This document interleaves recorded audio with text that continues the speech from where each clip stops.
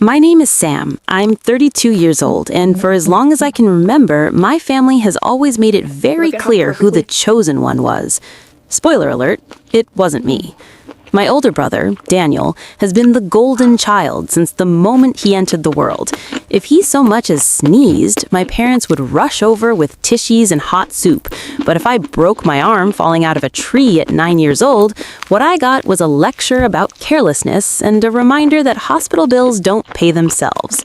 That all led to last Christmas dinner. The family house was decorated like something out of a Hallmark movie. My mother insisted on her traditional feast.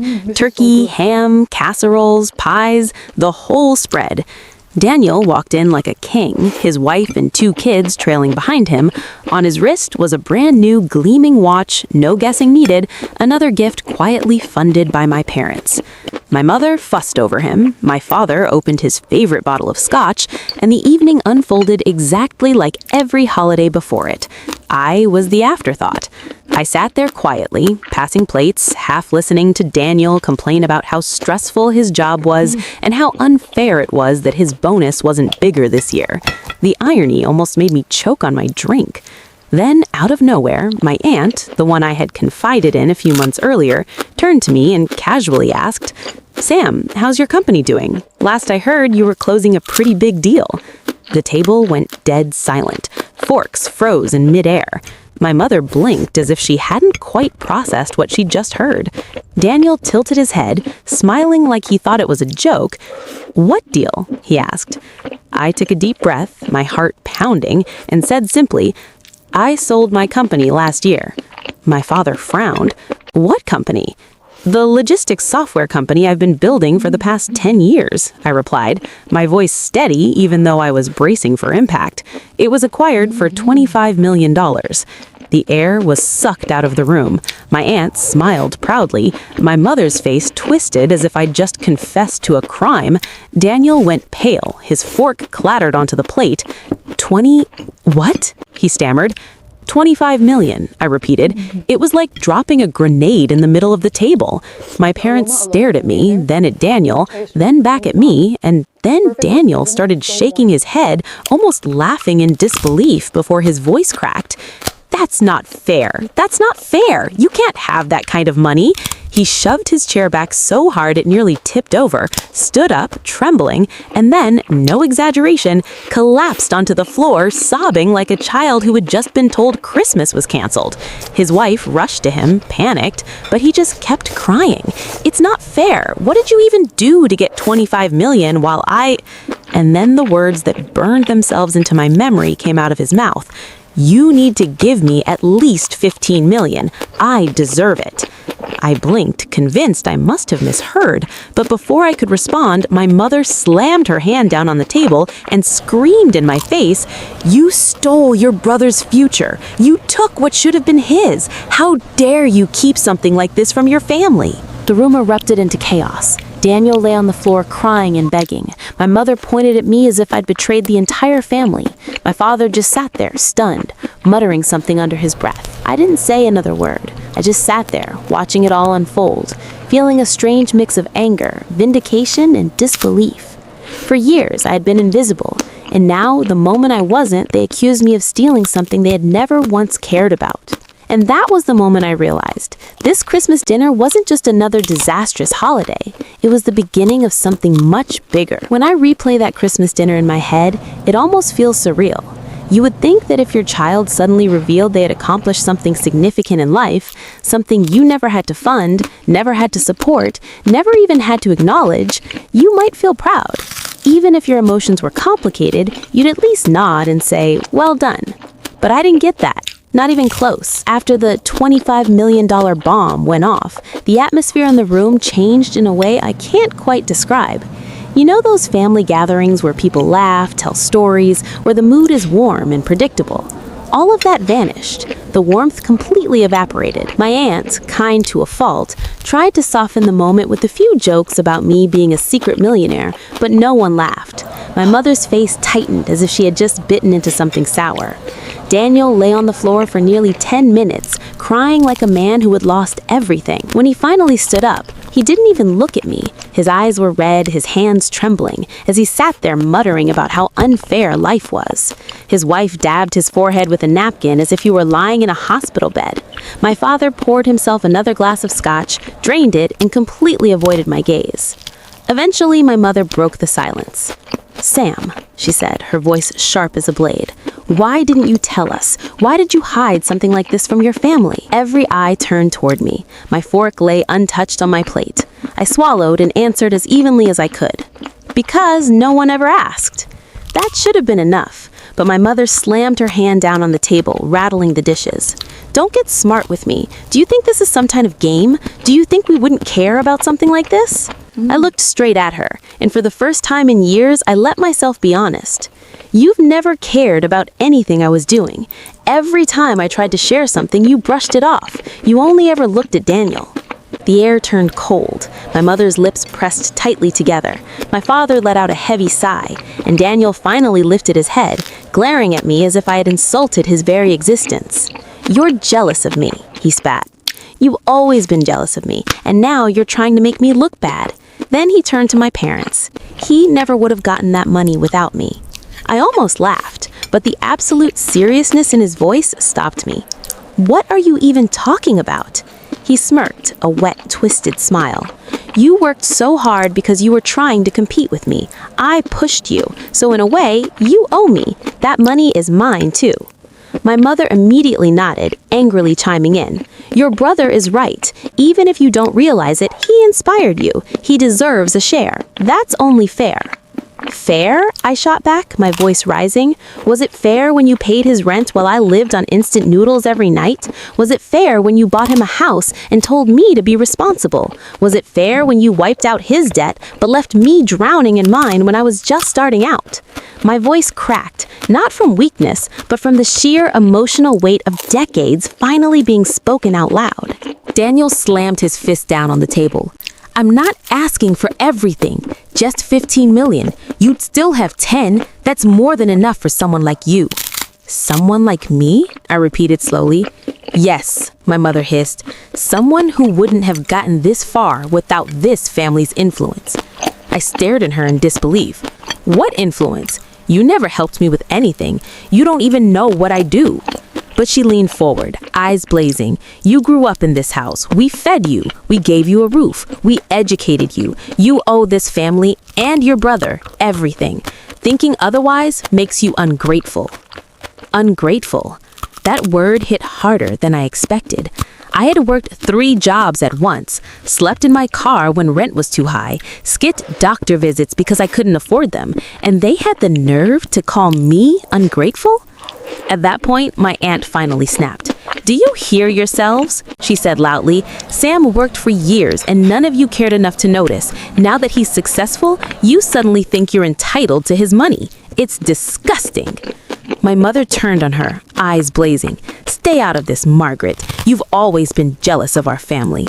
"Jealous?" my aunt scoffed. "Jealous of watching you spoil one child while ignoring the other?" The room had become a battlefield. Daniel's children were taken upstairs by his wife. My father kept drinking, silent, and that silence to me was complicity. Dinner was abandoned. Plates sat half full, gravy congealed, wine glasses untouched. Daniel muttered about how much debt he was in and how he'd never forgive me if I didn't share. My mother alternated between glaring at me and comforting him like he was the real victim. And then came the final blow. My mother leaned across the table and whispered harshly, loud enough for everyone to hear, "If you don't give your brother what he deserves, you will tear this family apart. Do you really want to be responsible for that?" The manipulation was so blatant, it was almost laughable, but I didn't laugh. I just crossed my arms and sat there. For the next hour, the pressure only intensified. My mother kept circling back to the same question, how I could live with myself if Daniel struggled while I sat on all that money. Daniel sulked in the corner like a child denied dessert, occasionally tossing out passive-aggressive remarks like, "Enjoy your millions while your family starves." The man owned a house and had a stable job. He wasn't starving. Eventually, my father muttered, "Maybe you should give him something, Sam. Keep the peace." In that moment, I understood just how deeply the favoritism ran. Even with the truth laid bare, even with logic staring them in the face, they still chose him. It was always him. When I stood up to leave, my mother tried one last tactic. She grabbed my wrist at the door. Think about what's right. Your brother's future depends on you now. Don't be selfish. I pulled my hand free and looked her straight in the eye. For the first time in my life, I'm going to be selfish. Then I stepped out into the freezing December night, my heart pounding, my ears ringing with everything that had just happened. But the story didn't end there. That Christmas dinner was only the beginning. That night, after Christmas dinner, I didn't sleep. I lay in bed staring at the ceiling, my mind replaying every word my family had hurled at me like a scratched record. My brother sobbing on the floor, demanding $15 million as if it were his inheritance. My mother screaming that I had stolen his future. My father, weary, suggesting I give in to keep the peace. The more I thought about it, the more unreal it all felt. I had spent my entire adult life grinding, sacrificing, fighting for every inch of progress. And when I finally made it, my family acted as if I'd committed a crime. I tried to convince myself that emotions had simply run too high that night. Maybe with time, they'd cool off. Maybe they'd feel ashamed. I was wrong. 2 days later, my phone rang. It was my mother. No greeting, no small talk. She went straight to the point. Have you thought about what we talked about? I knew exactly what she meant. About what? I pretended. Don't play dumb, Sam, she snapped. Your brother is under tremendous stress. He can't sleep. He feels betrayed. We raised you to believe family comes first. This is your chance to prove that. My grip tightened around the phone. So, let me get this straight, I said. You expect me to hand over $15 million just because Daniel cried about it? I'm not asking for the world, she replied sharply, just enough for Daniel to feel secure. He's always carried this family on his back. That almost made me laugh. Daniel, the man whose debts had been wiped clean, whose house had been bought for him, who had been subsidized every step of the way, who couldn't manage a credit card responsibly, had carried the family. But I didn't laugh. I just said, "No, Mom, I'm not giving him anything." There was a pause. Then my mother's voice dropped, cold and threatening in a way I hadn't heard since I was a teenager. You'll regret this, Sam. Mark my words. No one turns their back on family without consequences. She hung up. At first, I brushed it off as another manipulation tactic, but I underestimated them. A week later, I logged into the bank accounts tied to my business. Even though the acquisition was complete, I still held a portion of the funds in linked accounts. When I logged in, my blood ran cold. Several large transactions had been flagged for review. None had gone through, thankfully, but my stomach dropped when I saw the intended recipient, Daniel's personal account. At first, I thought it had to be fraud, but when I called the bank, they told me the requests had been made using security information that only someone very close to me would know. And that's when everything clicked. My brother, or worse, my parents, had tried to access my money.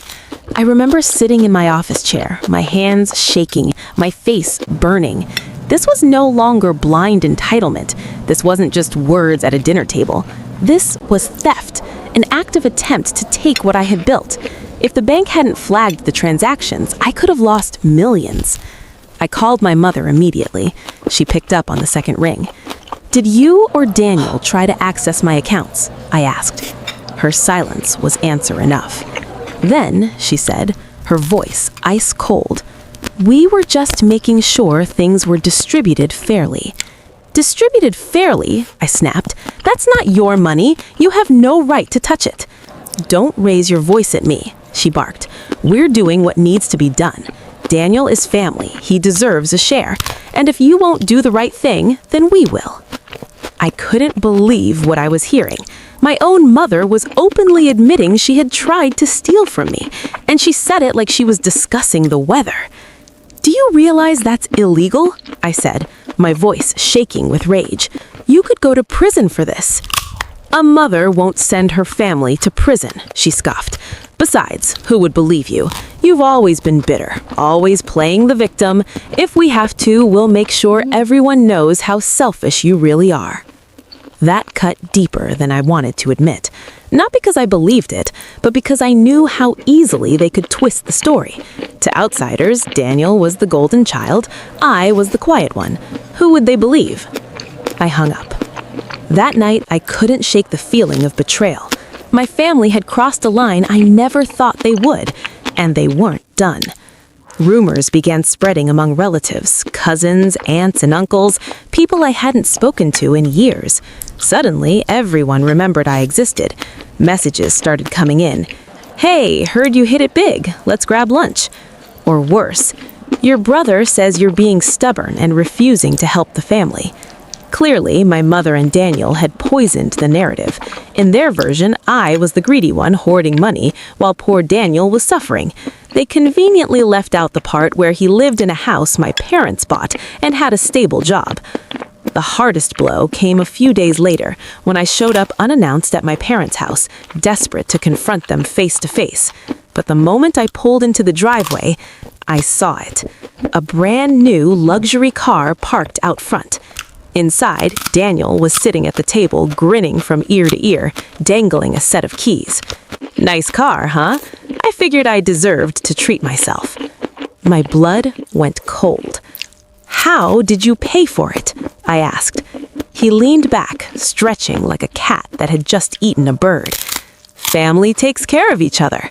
Mom and Dad knew you'd show up sooner or later, so they helped me get a head start. I looked at my parents. My mother had her arms crossed, defiant. My father avoided my eyes.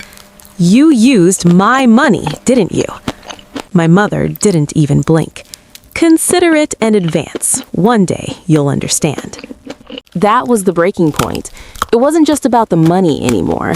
It was about trust, respect, basic human decency. They had taken what was mine without asking, justified it with their twisted logic, and expected me to swallow it. I stood there, fists clenched, heart pounding, staring at the people I had once called family. And in that moment, I knew there was no going back. What they didn't know was that while they were busy betraying me, I had already started thinking several steps ahead. When I drove away from my parents' house that day, I wasn't angry in the way people usually imagine. There was no explosive rage, no urge to turn back and scream. What I felt was a deep, suffocating emptiness, as if something inside me had just shattered. I sat in the car for a long time, hands resting on the steering wheel, staring at the house. Every childhood memory came rushing back at once. The nights I did homework alone in my room while my parents cheered Daniel on at the field. Birthdays that were forgotten until dinner time. The familiar excuses every time I asked for help. And now, even after I had built a life of my own with my own hands, they could casually take my money and call it fair? I drove home in silence. The winter night pressed against the windows. My apartment felt colder than usual. I didn't turn on the lights. I just collapsed onto the couch and sat there in the dark, staring at nothing. For the first time in years, I felt completely defeated. The weeks that followed blurred together. I stopped answering my parents' calls. Every time I saw their names on my screen, my stomach tightened. Daniel left voicemail messages dripping with fake concern. Hey, Sammy, just checking in. Look, I know you're upset, but you can't hold on to all that money forever. Family is about sharing, you know? He spoke as if he were the reasonable one, and I was the problem. I avoided the extended family too. The whispers spread. A cousin texted, "Why have you been so cold lately?" Another said, "Daniel says you're refusing to help the family after everything Mom and Dad have done for you." After everything they'd done for me? Exactly what was that? A roof over my head as a child, a few meals. Meanwhile, Daniel had houses, tuition paid, financial bailouts, cars. Work, once my refuge, no longer felt safe either. Every email, every investor call was shadowed by a gnawing fear. What if they tried again? What if they dragged me into court?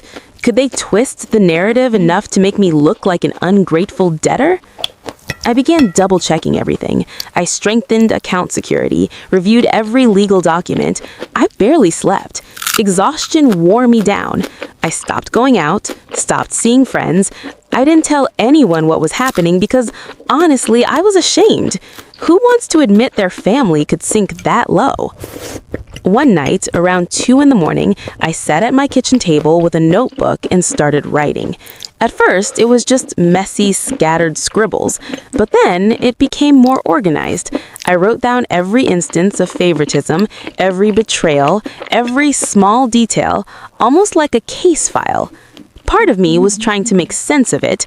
Another, though I didn't admit it at the time, was quietly planning. The most painful moment came when I ran into Josh, an old friend, at a cafe. He hadn't heard the rumors yet. We talked, caught up, and then he asked, "So, how's your family doing these days?" I froze. For a second, I almost said fine, out of habit, but instead I just said, complicated. Josh smiled sympathetically. Yeah, families can be messy sometimes, but in the end, they're all we have, right? I nodded, but inside, I wanted to scream. The truth was, I felt like I didn't have a family anymore. They had chosen greed over me again and again, and now they had gone too far. That night, back in my apartment, I realized I was grieving them. Grieving parents who had never truly seen me, grieving a brother who had always treated me like a rival, grieving the idea of a family I never really had. It was grief, pure and simple. But along with it came a strange clarity. If they wanted to see me as a selfish villain, fine. I wasn't going to keep breaking myself to prove otherwise, but I also wasn't going to let them take what I had built. I began to act, carefully, quietly. I contacted a lawyer I trusted and told him everything. The attempted account access, the manipulative calls, the car purchased with my money. He listened closely, then said, "Sam, you need to protect yourself, legally, financially, and personally." So I did. I began moving assets into trusts they couldn't touch. I changed passwords, locked accounts, added layers of verification. I drafted documents ensuring that if anything happened to me, they wouldn't be able to claim a single thing. The work was tedious, exhausting, and painful to think about, but it gave me back a sense of control, something I had lost long ago. Emotionally, I was still at rock bottom. I stopped celebrating small wins. I skipped meals. I lost weight. My apartment became cluttered. Some mornings, I didn't even want to get out of bed. Daniel's smug face haunted me. My mother's accusing voice echoed in my head. My father's silence weighed on me like stone. But beneath it all, a quiet ember began to burn. At first, it was small, but every time I thought about the luxury car in Daniel's driveway, it burned hotter. Every time I remembered my mother calling me selfish, it glowed brighter. Every new rumor sharpened it further. I didn't know exactly how yet, but I knew one thing. I wasn't staying at the bottom. They wanted me broken, ashamed, compliant, but I wasn't that child living in their shadow anymore. I began to rise, not with fireworks or declarations, but with quiet, deliberate steps, planning, preparing, building something they couldn't touch. And one day, when the time was right, they would understand just how strong I had become. The weeks after hitting rock bottom felt like wading through mud. Every step was heavy, but I kept moving because I understood something clearly. Standing still meant drowning. Hitting rock bottom did something strange to me. It stripped away my last illusions. I no longer hoped my parents would one day wake up and finally see me. I no longer expected Daniel to ever respect me. That illusion was dead. What remained was clarity. I had built something with my own hands, and now I had to protect it, grow it, and let it become my life, not them. The recovery at first was anything but dramatic. It was made up of very small things. I forced myself back into routines, morning runs, even when I had zero motivation, cooking proper meals instead of surviving on takeout, scheduling regular calls with my lawyer and accountant. I started therapy, something I had avoided for years. Sitting in that quiet room, talking to a stranger about what it felt like to be invisible in my own family, about a betrayal so sharp it kept me up at night. It was both humiliating and freeing. My therapist said something that made me stop and sit with it for a long time.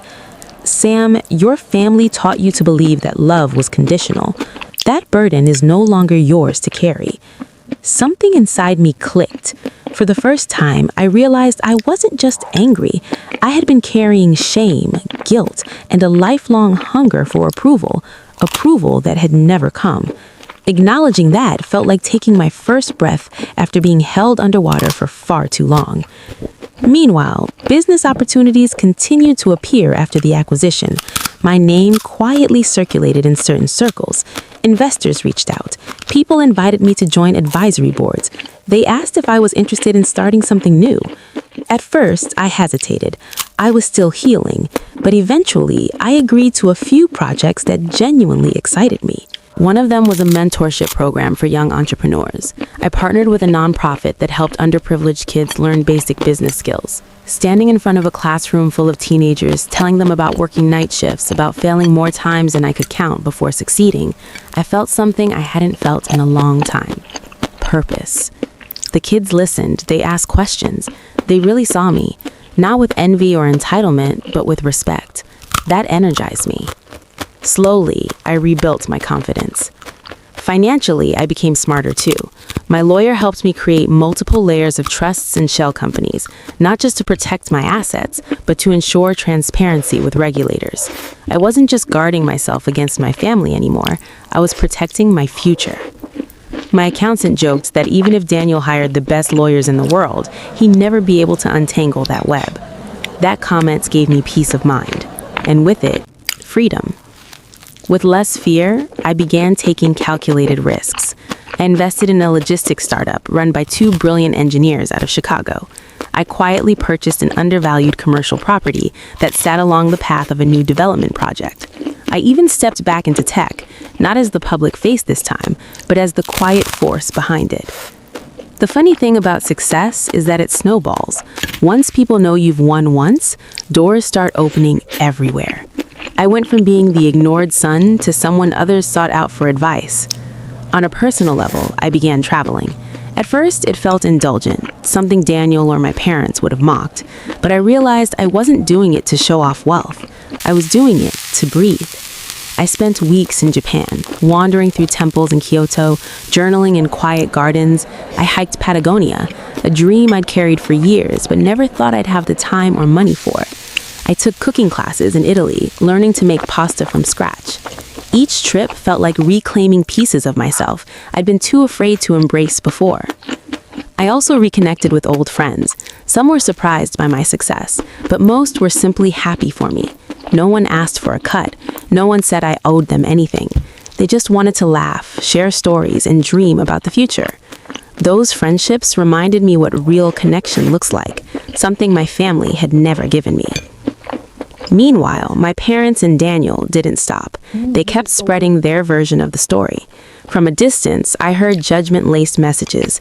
Having all that money and not sharing it with family is strange. Your mom says you've changed. You're arrogant now. At first, those words hurt, but then I realized, let them talk. Their words couldn't destroy the reality I was building. Every lie they spread only revealed how little control they still had over me. Then, something shifted. A mutual friend of Daniel's, someone who had always been on his side, reached out to me privately.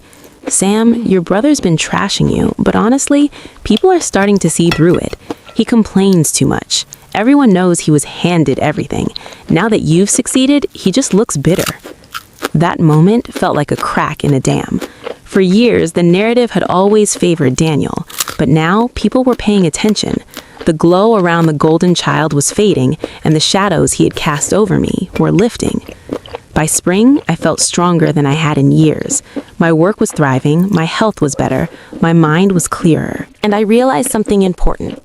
Power isn't just money or influence. Power is freedom. Freedom from needing their approval. Freedom from their manipulation. Freedom to define myself on my own terms. But with that freedom came a thought I had never allowed myself to have before. If I had the strength to rise above them, I also had the strength to turn the tables. For the first time, I stopped thinking only about defense. I started thinking about counterattack. Not petty revenge, not slander or shouting, but something deeper, something that would expose the truth so clearly there would be no room left for their story or their gaslighting. The ember that had smoldered inside me now ignited into a flame. And I knew this. The day would come when I wouldn't just protect what I had built. I would make them face the consequences of trying to take it from me. As my life gradually stabilized again, the next phase felt less like revenge and more like strategy. Revenge is often told as something hot and ugly, screaming, smashing things, dramatic confrontations. I wanted none of that. I wanted something inevitable. A truth that would land quietly, but with such precision that there would be no room left for distortion or denial. That required patience. And strangely, this time, patience didn't exhaust me. It made me feel powerful. The first thing I did was tighten every loose end around me. I reinforced my legal and financial armor. I built additional trusts, layered my assets so no large sum sat in one place. Each trust had an independent overseer reporting directly to law firms I trusted, no one from my family. My lawyer, Claire, became my most important ally. She had a calm voice, the faint sense of espresso, and eyes that made people think twice before speaking. We walked through every scenario like a chess game. What might my family do first, second, third? How would they argue if it went to court? How would public opinion react if everything came out? For every possibility, we had a counter. But the law and paperwork weren't enough. Stories are ultimately decided by people, and if I wanted to dismantle their narrative, I needed witnesses. I began quietly gathering everything: emails, text messages, bank notifications, voicemails. I asked my accountant to compile a detailed timeline of every dollar my parents had ever spent on Daniel: rent payments, credit card bailouts, house down payments, dates, amounts, sources. At first, my accountant, Priya, seemed hesitant, but the deeper she dug, the colder and more precise she became. The final spreadsheet read like an indictment: money flowing one way, no equivalent support for me, no loan agreements, no repayment terms, just helping family. Next, I hired a private investigator. I didn't like the idea, but I didn't need rumors. I needed documentation. He tracked down dealership invoices, bank IP logs, login timestamps, anything that proved the attempted transfers weren't accidental. He found plenty. The invoice for Daniel's luxury car, payment confirmation emails from their parents' joint account, bank logs matching the day my mother called me, login IP addresses traced directly back to their house. Those mundane details laid out together became undeniable. I also started speaking with people who knew my family from the outside: old neighbors, high school teachers, shop owners where my mother used to complain. No one judged. They simply confirmed the truth. Daniel was always favored. I was always on my own.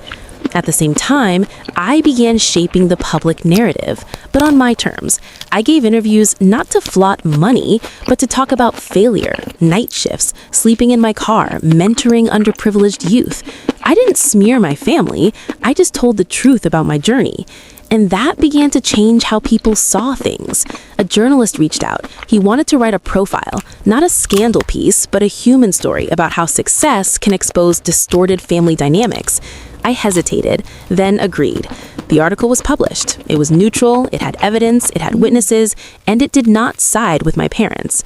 The response was immediate: messages of support, growing skepticism toward my family. People who had stayed silent began to speak up. Daniel started to look bitter. Their story began to collapse. At the same time, Claire filed a civil complaint. No drama, no emotion, just facts, dates, documents. The bank was compelled to provide forensic reports. The dealership confirmed the source of funds. Witnesses were ready. When depositions began, I wasn't as afraid as I'd expected. There was something strangely clean about sworn testimony. Under oath, words carry weight. Lies have consequences. My mother trembled when confronted with the evidence. My father stayed silent. Daniel tried to argue fairness, but every claim crumbled under the data. Eventually, they asked to settle, not out of remorse, but because they couldn't win. My terms were clear: repayment of misappropriated funds, a written acknowledgement of wrongdoing, public corrections, and a legally binding agreement barring them from accessing any of my financial accounts in the future. They resisted, then they grew afraid, then they signed. My mother's hand shook as she signed. My father signed without looking at me. Daniel tried to refuse until Claire informed him he could be added to the lawsuit. In the end, he signed too. No shouting, no tears, just ink drying on paper. As we left the mediation room, my mother whispered that I had destroyed this family. I turned back and said, calmer than I had ever been, "No, You destroyed it when you chose greed over love. I just stopped letting you drag me down. Outside, the winter air was cold and clean. I took a deep breath. Life didn't become perfect after that, but it became lighter. I kept building, kept mentoring, kept living, not to prove anything, but for myself. And finally, I understood a simple truth. Family isn't the people who share your blood. Family is the people who respect your worth. They wanted my future, but that future was never theirs. This story shows that favoritism in a family, when prolonged, quietly destroys both blood relationships and individual character. One child is neglected and forced to grow strong while carrying deep wounds, while the indulged child grows up believing they are entitled to everything, including the fruits of someone else's labor. When Sam succeeded, money didn't change his family. It merely exposed what had long been there. Manipulation disguised as family comes first, silence as complicity, and greed wrapped in moral language. The greatest lesson is that love and kinship do not grant anyone the right to violate boundaries, seize another person's work, or demand sacrifice in the name of keeping the peace. Because peace built on injustice is merely delayed collapse. Sometimes maturity isn't about enduring more. It's about setting boundaries, protecting yourself with reason, law, and truth, even when that means losing a family in its old form to gain real freedom and dignity. And I hope that those who are already parents and those who will one day become parents understand this. Love and responsibility are not about favoritism or blind sacrifice for one child while neglecting another. Every injustice justified by the word family erodes trust. Children don't need perfect parents, but they do need fair ones. Parents who listen, respect boundaries, and understand that real love isn't control or entitlement, but helping children stand on their own feet, take responsibility for their choices, and be seen as independent human beings. Because when parents sow comparison, favoritism, and manipulation, what they eventually lose isn't just money or pride, but irreplaceable bonds of blood.